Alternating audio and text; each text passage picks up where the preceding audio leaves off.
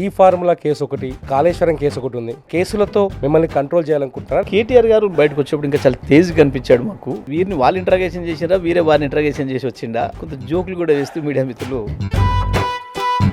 గత ప్రభుత్వం చేసిన తప్పుల వల్లే పథకాల అమలుకు ఆలస్యం అవుతుందంటే ఏం చెప్తారు? చేతగానోడు పెళ్లి చేసుకున్నట్టు ఉంది. ఇక్కడ లంక బిందులు ఉన్నాయి అనుకుని వచ్చినారట ముఖ్యమంత్రి, ఇంకో మంత్రి, మీ జిల్లాలో మీ మంత్రులు కనిపిస్తున్నారు, మీకు హెలికాప్టర్లో తిరుగుతున్నారు, మీరు మీ పార్టీ నాయకులు చెప్తున్నారు. ప్రజలు వేగంగా అందుబాటులోకి వస్తున్నారు. అందుకని వేగంగా చాలా 600 కిలోమీటర్ల వేగంతో, గాలి కంటే వేగంతో మా మంత్రులు ప్రయాణిస్తున్నారని చెప్పి మా జిల్లా ప్రజలు సంతోషపడుతున్నారు.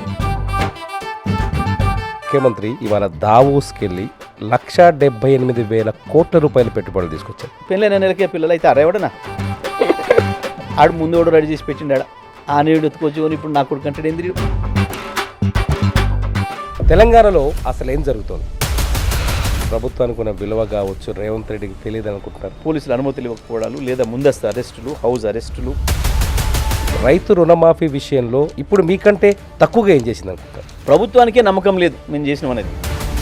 వృద్ధుల పెన్షన్ను వాళ్ళ కొడుకులు ఇళ్ళ ట్యాక్స్ కట్టలేదు, ఇంటికి పన్ను కట్టలేదు అని చెప్పేసి అని మా పెన్షన్ నుంచి తీసుకున్నారు వీళ్ళు. గతంతో పోలిస్తే సోషల్ మీడియాకి ఎక్కువ ఫ్రీడమ్ ఉన్నట్టు కనిపించట్లేదు ఈ ప్రభుత్వంలో. కేసీఆర్ గారి పైన కావచ్చు, వాళ్ళ కుటుంబం పైన కావచ్చు, మంత్రులుగా మా అందరి పైన కావచ్చు, ఎటువంటి పదాలు ఉపయోగించారు ఒక్కొక్కడు.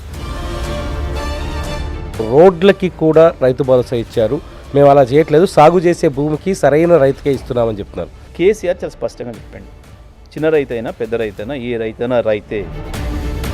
ఏది ప్రజలకు ఉపయోగపడే పని చేయలేదని చెప్తున్నారు రేవంత్ రెడ్డి గారు. పనికి మళ్ళీ చెత్త ఆరోపణ, ఎకరానికి 10,000 రూపాయల పైన బోనస్ ఎగ్గొట్టాడు.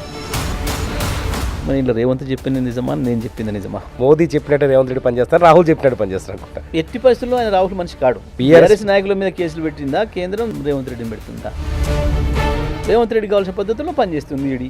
కానీ మీ జిల్లా మంత్రి అంటున్నారు కేటీఆర్ తర్వాత మా జిల్లా మాజీ మంత్రి పోతారు లోపలికి.